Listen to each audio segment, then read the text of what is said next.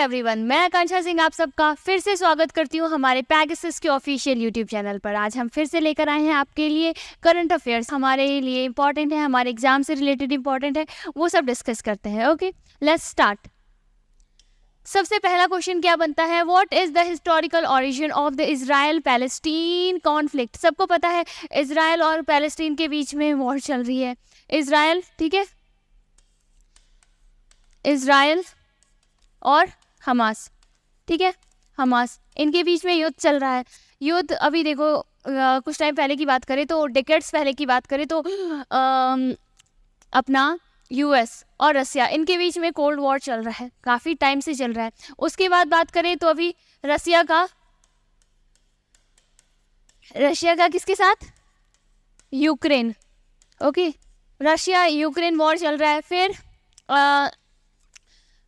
Cold war चल रहा था यूएस और रसिया का, उसी के बीच अभी रशिया यूक्रेन वॉर ख़त्म ही नहीं हुआ है कि क्या स्टार्ट हो गया, इजराइल और हमास। कैसे स्टार्ट हुआ, हमास ने क्या किया, हमास ग्रुप ने क्या किया, 5000 5000 रॉकेट्स लॉन्च कर दिए किसके ऊपर, इजराइल के ऊपर। और इतना जल्दी लॉन्च किया है ना, मीन्स टाइम भी नहीं दिया। जो इजराइल में जो डॉम है, डॉम क्या एक तरीके का रडार है, वो रडार चीज़ें कैप्चर करता है कि कहाँ से रॉकेट्स आ रही है।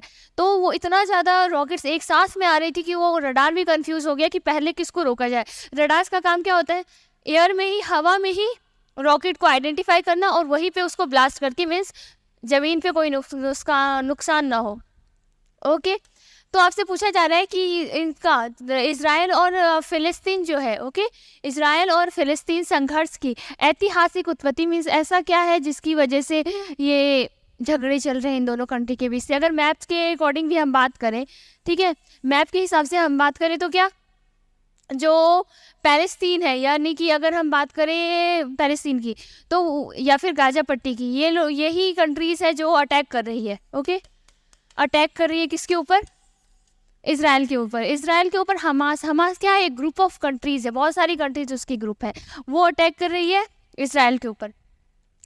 तो ये जो गाजा पट्टी है वो क्या है, हमास के मैप में बीच में पैचेज देखेंगे आप, छोटे छोटे वहाँ छोटे बीच में ये अलग अलग देश हैं। ओके, तो अब बीच में ही देश है तो वो क्या, कॉन्फ्लिक्ट होना जायज़ है, इस वजह से कॉन्फ्लिक्ट्स होते रहते हैं। तो क्या है आंसर, क्या बनेगा, a colonial action dating back over a century. बहुत ही पुराने सेंचुरी, बहुत पुराने टाइम से ही इनके बीच में कॉन्फ्लिक्ट चल रहा है, जो कि एक कॉलोनियल है, यानी कि शासित है।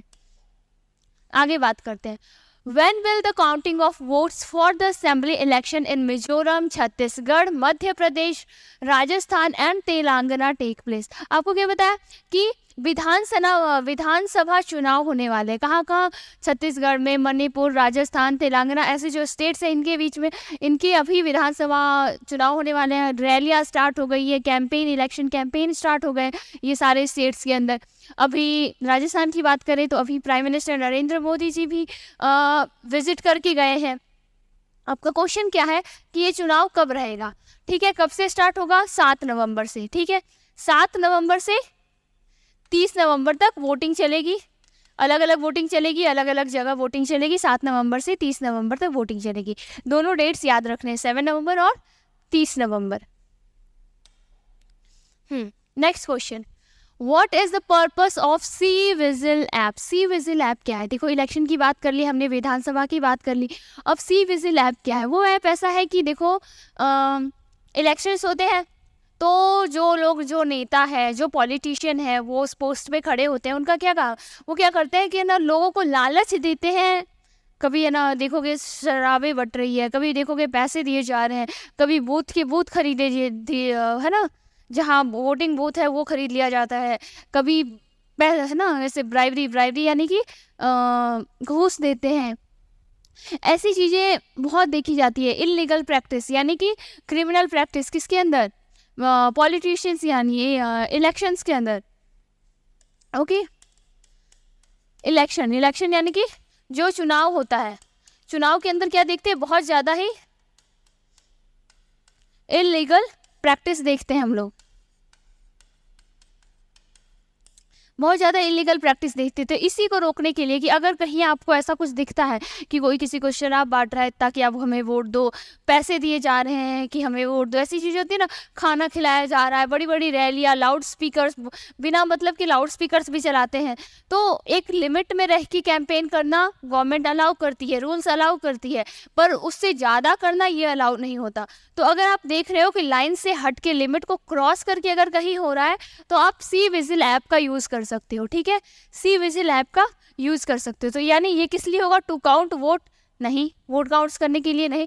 टू मॉनिटर इलेक्शन रैलीज बिल्कुल भी नहीं, इलेक्शन रैलीज कैसे हो रहा है वो देखने के लिए, वो सही से चलाने के लिए नहीं।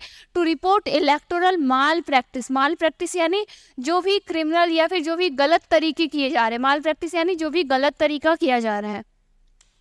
ओके, जो भी गलत चीज़ें हो रही है इलेक्शन के अंदर वही। तो आपका आंसर क्या बनता है?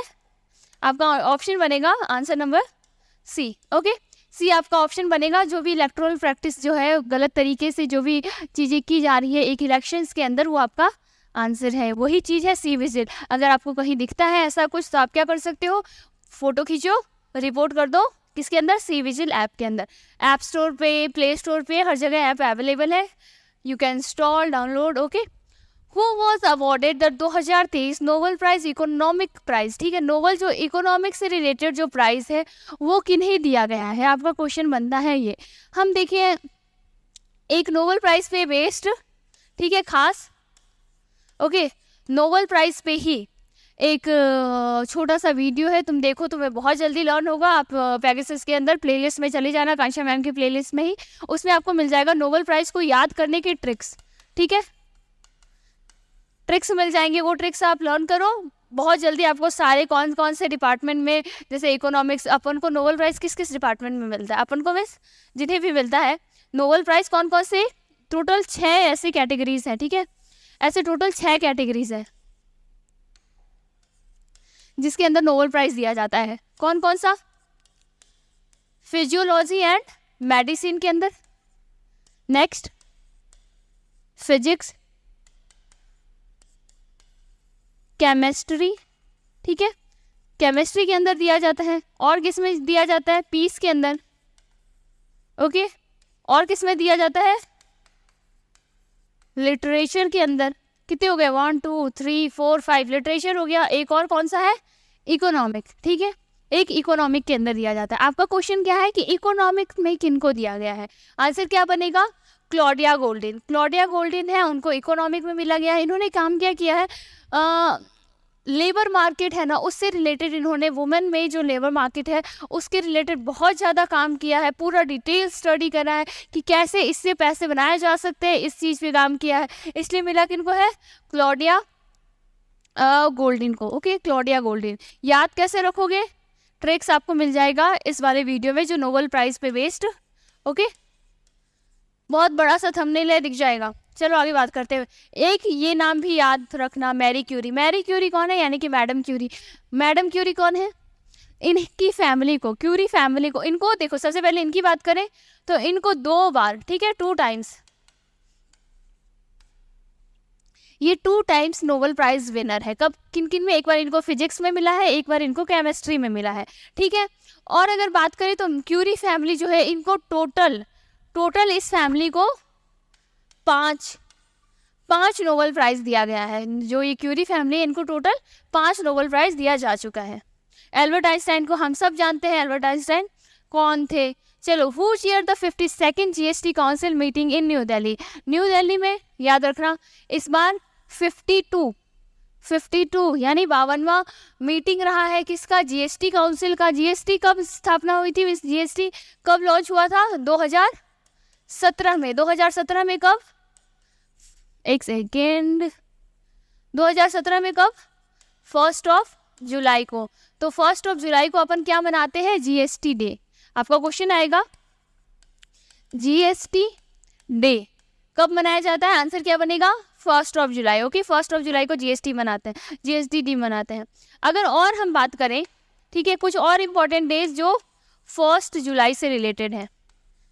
1 जुलाई को कौन कौन से इंपॉर्टेंट डेज आते हैं, एक बार पहले वो डिस्कस कर लेते हैं हम लोग। ठीक है, देखो इधर सबसे पहला तो अपना क्या आता है? GST day. ओके, नेक्स्ट क्या आता है, एक और आता है बहुत इंपॉर्टेंट डे, डॉक्टर्स डे, ठीक है। और क्या इंपॉर्टेंट आता है, SBI, पता है इंडिया का सबसे बड़ा पब्लिक सेक्टर बैंक है, SBI डे।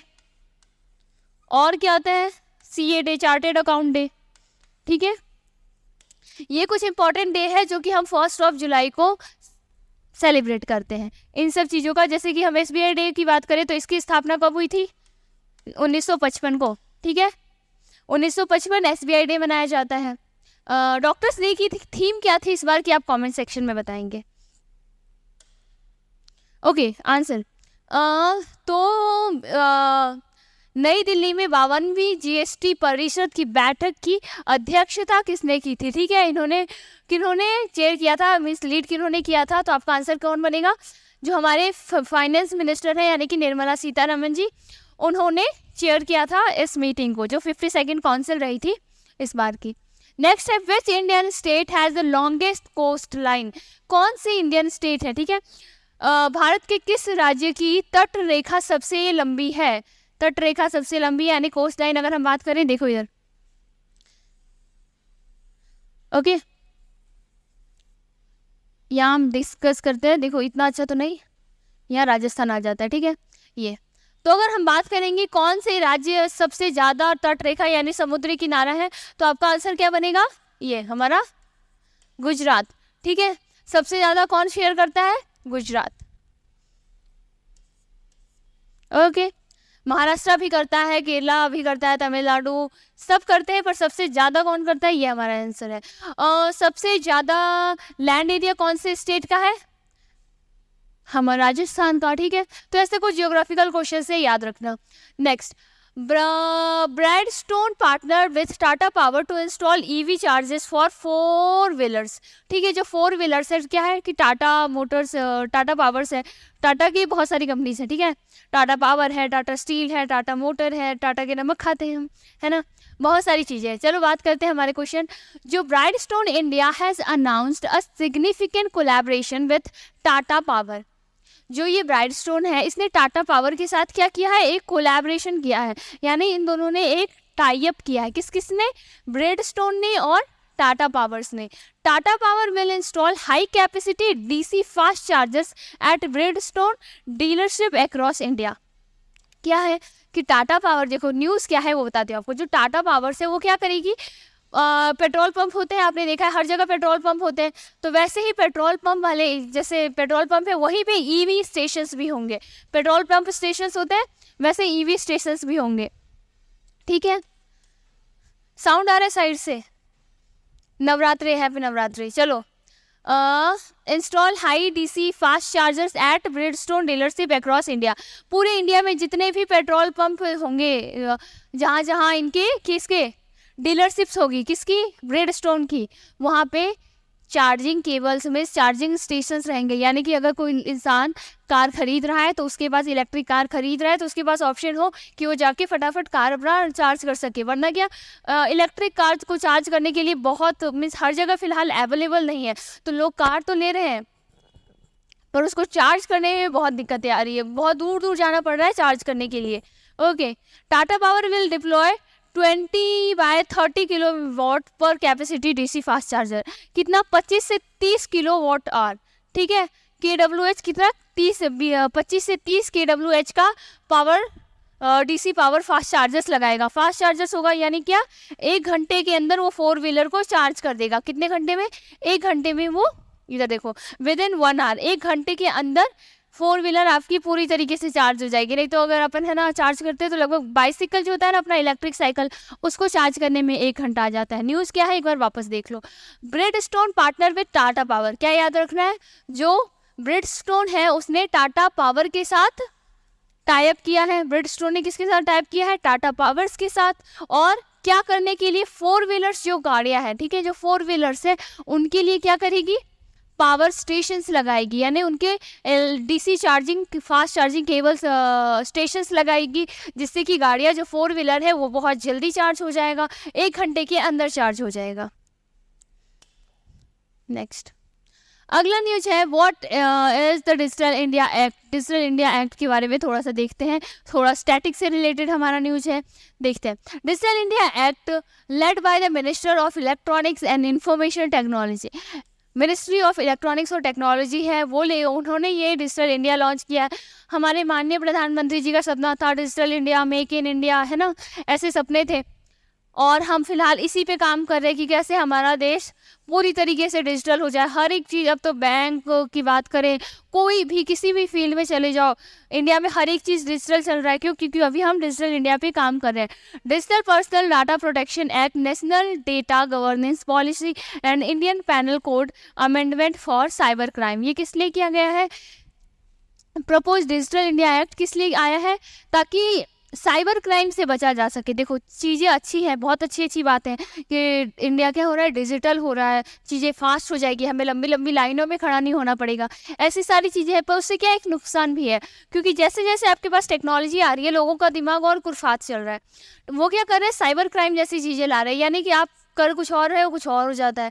साइबर क्राइम से रिलेटेड केसेस डेली देखते हैं, फ्रॉड हो जाते हैं इतने सारे, लोगों के बैंक अकाउंट से पैसे गायब हो जाते हैं। तो इन सब चीज़ों के लिए क्या आया है, डिजिटल इंडिया एक्ट 2023।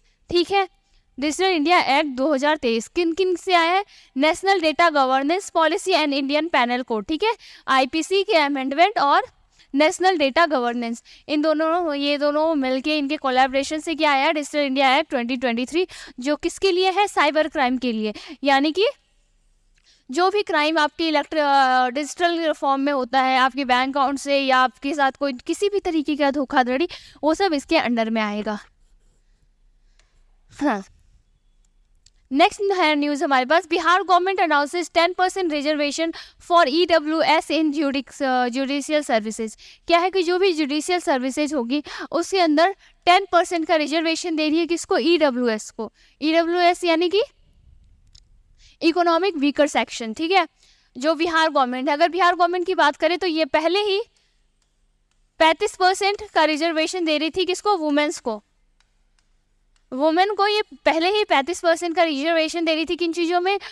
जो BPSC है, यानी कि बिहार के जो सिविल सर्विसेज के जो एग्ज़ाम है BPSC, या फिर वहाँ की टीचर भर्ती की बात करें, होता है ना, अध्यापक भर्तियाँ होती है बहुत सारी, ठीक है, उसमें महिलाओं को आरक्षण मिल रहा था। BPSC के अंदर महिलाओं को आरक्षण मिल रहा था। ऐसे जो भी स्टेट एग्जाम्स है उसके अंदर, जितने भी स्टेट एग्जाम्स है, सब में 35% का आरक्षण दिया जा रहा था। ये पहले से चला आ रहा है। अब एक नया चीज़ क्या है कि 10% का और रिजर्वेशन मिलेगा, किसके अंदर? जो भी जुडिशियल यानी कि लॉ से रिलेटेड अगर आप कुछ कर रहे हैं, वहाँ बिहार के अंदर, बिहार के CM की फ़ोटो है, क्या नाम है इनका? नीतीश कुमार। ठीक है, स्टार्ट करते हैं। The Bihar government has announced a 10% reservation for economic, जो मतलब कि 10% reservation for economic weaker section, जो इकोनॉमिक वीकर सेक्शन है उनके लिए 10% का रिजर्वेशन दिया जाएगा। In all state judicial services as well as the government run law colleges and universities, यानी कि जो भी गवर्नमेंट कॉलेजेस हैं या फिर गवर्नमेंट इंस्टीट्यूट्स हैं जो कि लॉ से रिलेटेड है, किससे? लॉ से, यानी जुडिशियल सर्विसेज से रिलेटेड है, उन सब में 10% का रिजर्वेशन मिलेगा। किनको? जो EWS के EWS कैटेगरी में आते हैं, पता है जनरल होता है category, SC OBC SC ST, ऐसे जो EWS में आते हैं उन सबको 10% का रिजर्वेशन दिया जाएगा। The decision was formalize during the cabinet meeting shared by the chief minister. Chief minister कौन है? नीतीश कुमार। ठीक है, ये चीफ मिनिस्टर है, इन्होंने अभी कैबिनेट की एक मीटिंग की, उस मीटिंग के दौरान इन्होंने ये डिसीजन लिया है कि 10% का क्या दिया जाएगा? आरक्षण दिया जाएगा। किसको? EWS को। Okay, next, Mukesh Ambani surpass Gautam Adani as India's richest on Hurun list. Hurun list की बात करें, ठीक है, हुरोन लिस्ट क्या होता है? एक लिस्ट निकालती है जिसमें इंडिया के टॉप रैंकिंग, ठीक है, इंडिया के टॉप रिचेस्ट पर्सन की लिस्ट निकालती है। उसके अंदर क्या पहले कौन थे? गौतम अडानी टॉप पे थे, अब हमारे मुकेश अंबानी जी टॉप पर आ गए हैं। ओके, साथ ही साथ अगर बात करूँ तो अभी एक और रिपोर्ट आई है, कौन सी? फोर्ब्स की।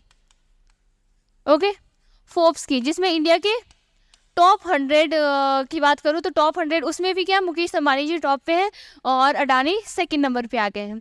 चलो डिस्कस करते हैं हम लोग ये report. 361 wealth Hurun India rich list, ठीक है, ये क्या है? आपके लिस्ट का नाम है, ये नाम याद रखना, 361 wealth Hurun India rich list, ये आपके नाम है फॉर 2023 के लिए रिलीज अभी ये लिस्ट जारी हुआ है, जिसके अकॉर्डिंग रिलायंस इंडस्ट्री के चेयरमैन कौन, Mukesh Ambani has surged ahead of Adani. ठीक है, अडानी ग्रुप्स गौतम अडानी से ऊपर आ गए हैं, पहले तक गौतम अडानी फर्स्ट पोजीशन पे थे, अब मुकेश अंबानी सक्सीड कर ऊपर आ गए हैं। ओके, और वो इंडिया के रिचेस्ट पर्सन बन गए हैं, कौन, मुकेश अंबानी जी, किसके अकॉर्डिंग, हुरोन लिस्ट के according, Huron India rich list जो है उसके अकॉर्डिंग कौन, मुकेश अंबानी फर्स्ट पोजीशन पे आ गए हैं। ओके, यही छोटा सा न्यूज़ है, फोर्ब्स का याद रखना, उसमें भी फर्स्ट पे मुकेश अंबानी है। ठीक है, ओके, एक काम करते हैं, थोड़ा सा और डिस्कस करते हैं हम इस न्यूज़ को। यहाँ जाओ, फर्स्ट पोजीशन पे बोलूँ तो फर्स्ट पोजीशन पे कौन है, Mukesh Ambani. Okay, Mukesh Ambani first position पे है। सेकंड पे कौन है, गौतम अडानी। ठीक है, थर्ड पोजीशन पे है कौन है, साइरस पूनावाला। ओके, साइरस पूनावाला। फोर्थ की हम बात करें तो फोर्थ पे कौन है, शिव नादिर। ओके, ये है फोर्थ पोजीशन पे। मुकेश अंबानी किसके मालिक है, मुकेश अंबानी की कंपनी कौन सी है, रिलायंस ग्रुप, है ना, रिलायंस ग्रुप। गौतम अडानी की क्या है, Adani group. Cyrus Poonawalla serum institute, पता है, सीरम इंस्टीट्यूट से हम लोग बहुत वाकिफ हुए, कब, कोविड-19 के टाइम, क्योंकि सीरम ने वैक्सीन बनाई थी, कोविड-19 से रिलेटेड वैक्सीन इन्होंने दी थी, डेथ थ्रेट मिलने लग गए थे कि जल्दी बनाओ, बहुत सारा डिमांड है। शिव नादिर की बात करूँ तो ये HCL जो कंपनी है वो किनकी है, शिव नादिर के। तो ये टॉप 4 है, फिफ्थ कौन है आप कमेंट सेक्शन में बताएंगे, वैसे टॉप 3 से क्वेश्चन पूछे जाते हैं। ठीक है, होप चीज़ें क्लियर हो गई होगी। लिस्ट क्या है, टॉप 100 की लिस्ट है, जिसके अंदर मुकेश अंबानी जी टॉप पर है, पहले तक अडानी टॉप पे थे, गौतम अडानी टॉप पे थे। फोर्ब्स के अकॉर्डिंग भी देखें तो मुकेश अंबानी फर्स्ट पे है और सेकंड पे कौन है, Gautam Adani. Okay, next news पे चलते हैं। Celebrity chef and former food network star Michael Chiarello passed away. Michael Chiarello एक सेलिब्रिटी शेफ थे, सेलिब्रिटी शेफ के नाम आपने बहुत सुने होंगे, जैसे कि संजीव कपूर, नाम सुना है, ओके, संजीव कपूर बहुत ही ज़्यादा सेलिब्रिटी है, शेफ कम सेलिब्रिटी ज़्यादा लगते, पूरी दुनिया जानती है आज उनको। और बात करें तो हम रणवीर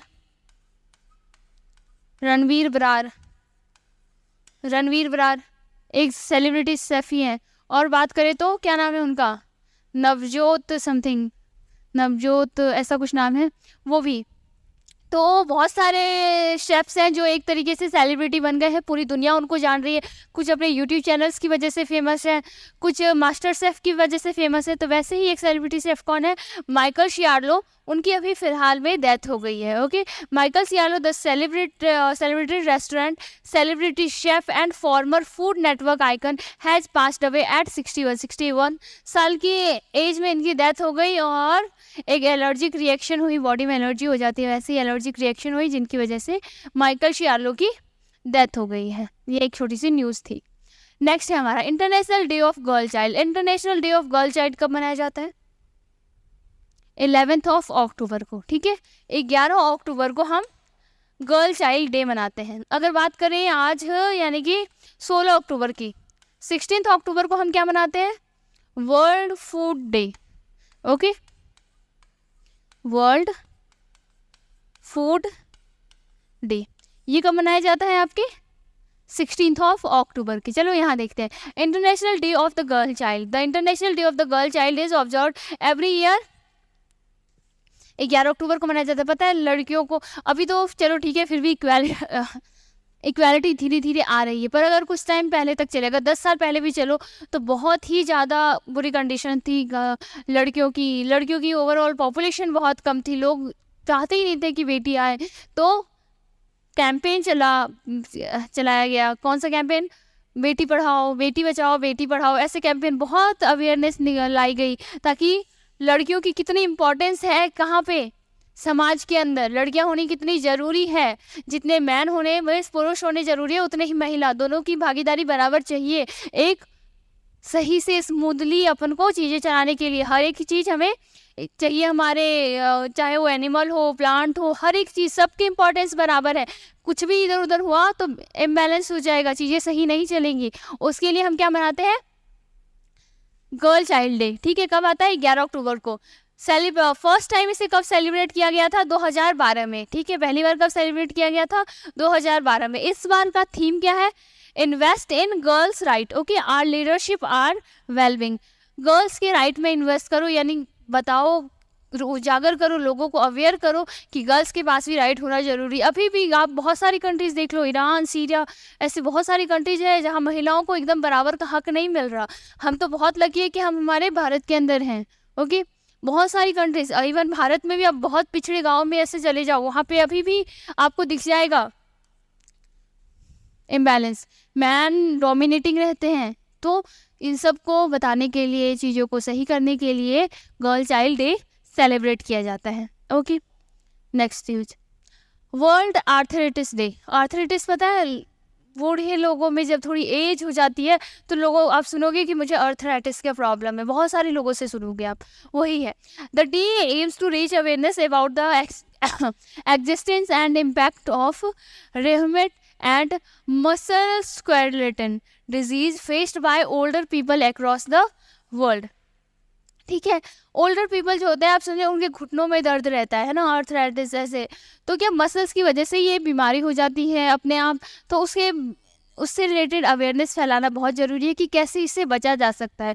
अगर आप टाइम पे इसका ध्यान दो तो ऐसी चीज़ें आपके बुढ़ापे में नहीं आएगी। ओके, ये चीज़ है, क्या है, इस दिन का उद्देश्य क्या है, उद्देश्य क्या है, जो गांठिया, ठीक है, गांठिया और मस्कुलोस्केटल, ठीक है, मस्कुलोस्केटल जो बीमारी है किसके अंदर, वृद्ध लोगों के अंदर जो ये बीमारी देखी जाती है, इसके बारे में अवेयरनेस फैलाने के लिए। कि अगर आप पहले से स्टार्टिंग से ही आप ध्यान रखो कि पता है कि कुछ टाइम बाद आप है ना देखोगे, जैसे ये हमारे घुटने होते हैं, गांठिया ना ऐसे घुटने, ये नहीं बस नीचे। ओके, तो जो ये जॉइंट्स होते हैं इसके अंदर क्या होता है कि है ना, लुब्रिकेंट होता है, वो ख़त्म हो जाता है। तो उसके लिए अगर आप पहले से ही आप इन चीज़ों के लिए रेडी रहो तो ये बीमारियां नहीं आएगी, और आएगी भी तो बहुत हल्की सी, कि उससे इतने ज़्यादा प्रॉब्लम नहीं होगी। इसको सही टाइम पे इससे भी संभला जा सकता है ना, प्रिवेंशन किया जा सकता है। तो यही है आर्थराइटिस डे। ठीक है, तो होप ये सेशन आपको अच्छा लगा हो, चीज़ें समझ में आई होगी। करंट अफेयर से रिलेटेड अगर कुछ भी और आपको चाहिए आप मुझे कमेंट सेक्शन में बता सकते हैं। ओके, अब देखो, अगर आपको एसएससी में जॉब पाना आपका सपना है तो पेगासस करियर एकेडमी आपके लिए एक बहुत ही अच्छा ऑफर, बहुत ही अच्छा कोर्स लेकर आई है, जिसके अंदर आपको पूरा फाउंडेशन बैच मिल जाता है। ठीक है, पूरा फाउंडेशन बैच मिल जाता है, जिसके अंदर सबसे टॉप के एजुकेटर्स होंगे आपके पास। एसएससी से रिलेटेड बहुत ज़्यादा एक्सपीरियंस, 15-20 साल के एक्सपीरियंस वाले टीचर्स आपको मिलेंगे जो आपको पढ़ाएंगे। इसके अंदर क्या, इंग्लिश, रीजनिंग, जीके, जीएस सबके एक्सपर्ट टीचर्स मिल जाएंगे। CGL, CPO, CHSL, MTS, steno, GD, Delhi police, ऐसे जितने भी एग्जाम एसएससी करवाती है सबके आपको प्रॉपर मॉक टेस्ट मिल जाएंगे। और ये मॉक टेस्ट कितना होगा, 1000 से ज़्यादा मॉक टेस्ट है। ठीक है, और साथ ही साथ आपको प्रीवियस ईयर क्वेश्चन पेपर्स मिल जाएंगे, previous year based mock test मिल जाएंगे। प्रीवियस ईयर जो पेपर रहा वैसा ही क्वेश्चन पेपर, उसी पे बेस्ड मॉक टेस्ट मिल जाएंगे, जिससे आपको एग्जाम का पता चल जाएगा एग्जाम्स कैसे होते हैं। करना क्या है, आपको पेगासस करियर एकेडमी का ऐप डाउनलोड करना है, गूगल प्ले और ऐप स्टोर दोनों जगह अवेलेबल है। ऐप डाउनलोड करो, आप जाके वहाँ पे फाउंडेशन बैच, लाइव क्लास जो भी है जो आपको ज्वाइन करना है, जिसमें आपको इंटरेस्ट है आप वो ज्वाइन कर सकते हैं। तो होप ये सेशन अच्छा लगा हो। हम लोग मिलते हैं नेक्स्ट क्लास में। हैप्पी नवरात्रि, ख्याल रखना। Okay, thank you.